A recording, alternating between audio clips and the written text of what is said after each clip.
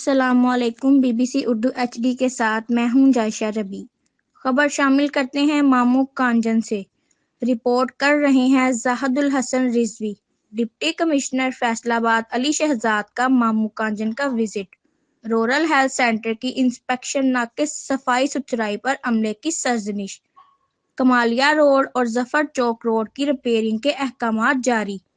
تفصیلات کے مطابق ڈپٹی کمشنر فیصل آباد علی شہزاد نے مامو کانجن کا وزٹ کیا۔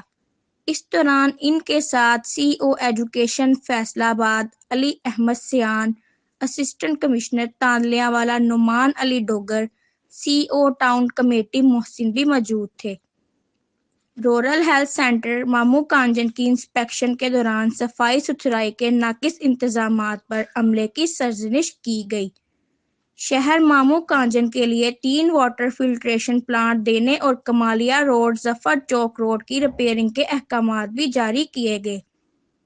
مقامی انتظامیہ کو سلاٹر ہاؤس اور شہر بھر میں صفائی ستھرائی کے انتظامات کو بہتر بنانے کی ہدایت بھی جاری کی گئی۔ لینڈ ریکارڈ کی انسپیکشن کے دوران بتایا گیا کہ سال بھر میں 167 کے قریب انتقالات کیے گئے۔ صحافی برادری کی جانب سے ایمبولینس اور فائر بریگیڈ کی جانب توجہ دلوائی، جس پر ڈپٹی کمشنر علی شہزاد نے کہا بہت جلد ایمبولینس اور فائر بریگیڈ کی گاڑیاں بھی فراہم کی جائیں گی۔ مزید خبریں اور اپڈیٹس کے لیے دیکھتے رہیں B B C Urdu H D.